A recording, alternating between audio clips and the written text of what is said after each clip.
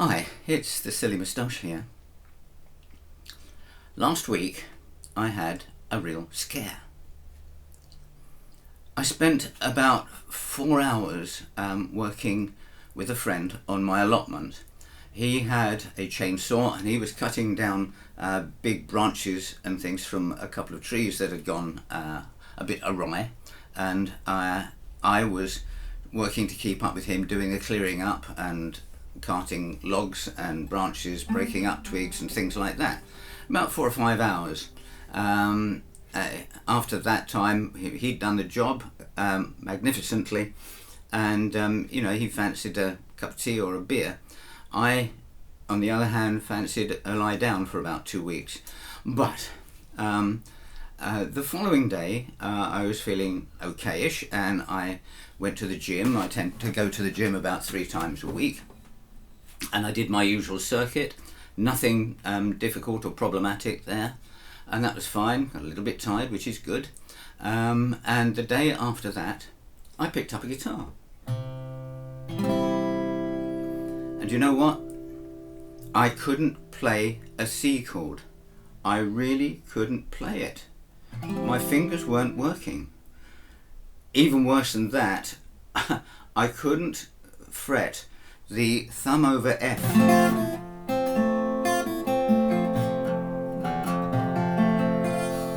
That I try to encourage some of my Zoom clients to learn as an option to the bar chord. And I couldn't get this hand to work properly. And I looked at it, there was nothing much different about it. I'd been wearing gloves when I'd been working on the allotment. But it wasn't doing what I expected it to do. This was very worrying. I thought my guitar playing days were over. So I thought back to the last time that I couldn't play, which was after a trigger finger procedure where they cut through the palm of your hand to sort out some bits and pieces with the ropes and pulleys and things. And that was April 22. And then my hand was wrapped up in bandages for about 10-14 days, something like that. After which, a really helpful NHS physiotherapist gave me some help, which got my hand back to near normal. And so later I made a video about these great hand exercises that she taught me. And I won't go through them now because they're all in that other video, and I'll put a link in the description below. Please have a look at it because it can help everyone, even if it's just about warming up. But as some of you might be only a few years younger than me, but these things need to be worked on properly, need to be respected. They're very important. Can't do much without them.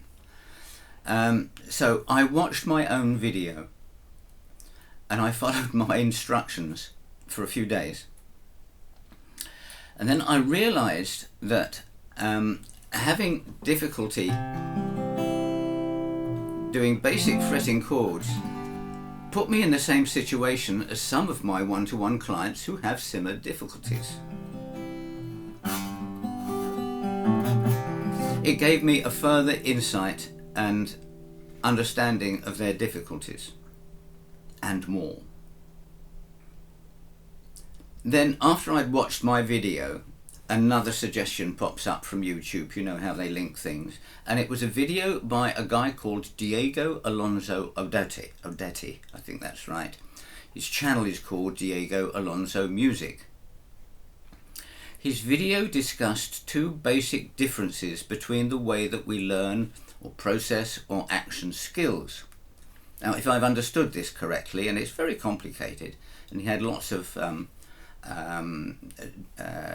research, he linked to lots of research on this sort of thing, but basically we process skills, or we use skills, in 2 ways.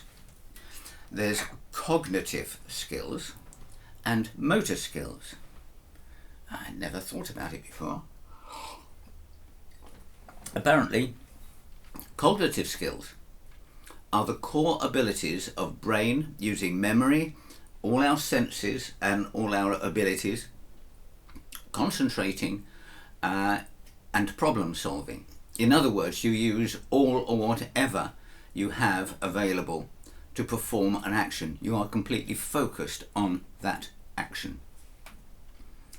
A motor skill is a function that involves specific movements of the body's muscles to perform a certain task. I'll say it again. A function that involves specific movements of the body's muscles to perform a certain task. I mean, you couldn't walk or go upstairs and downstairs without these skills. You couldn't ride a bike or even drive. In order to perform those skills, the body's nervous system, muscles and brain have to work together, but automatically. You're not actually thinking, I'm going to put this foot in front of that foot to walk or climb or whatever. You know, you have programmed those bits of your body, your eyes, your ears, your fingers and your arms and your legs and things to do this automatically. I guess that's maybe why I encourage my Zoom clients not to look at the fretboard or look at their hands when they're playing, because I've always said that if you look, you make a visual memory of it. But if you don't look, you make a kind of muscle memory or a motor skill memory of it. See, I'm often told by my clients that they can sing a song or play the guitar accompaniment, but they can't do both at the same time. Maybe that is because they are using cognitive skills, putting all your focus and attention, physical and mental, to doing two things simultaneously. Now that's going to break some plates, you know. What we need to do is, and what I need to do, working on my hand again after all that physical labour, is I have to reprogram my motor skills, so my fingers don't need to be told by me looking at them and saying, put that one there.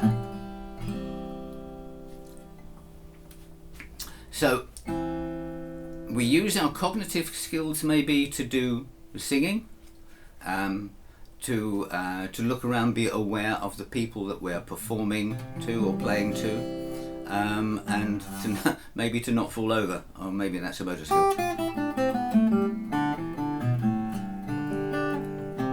My fingers aren't yet completely programmed, incidentally, but there was more good advice on Diego Alonso's video, which involves if you want to do a little piece of some sort and you get it wrong, practice until you get it right and then do it at least 3 times more. If you make an error twice, do it 7 times, etc, etc, etc. It's all on that video. So I would really ask you to have a look at these 2 links that are in the description below. My one on exercises. Oh, by the way, Alonso also does some very similar exercises. I don't do the jumper jacks, maybe I should. And my video about those exercises. So I just leave it there for the time being, but if you would like to try one-to-one lessons via Zoom with me, please contact me at chaipickers2016@gmail.com for further information. I'll be glad to meet you. If you have been, thanks for watching. Bye.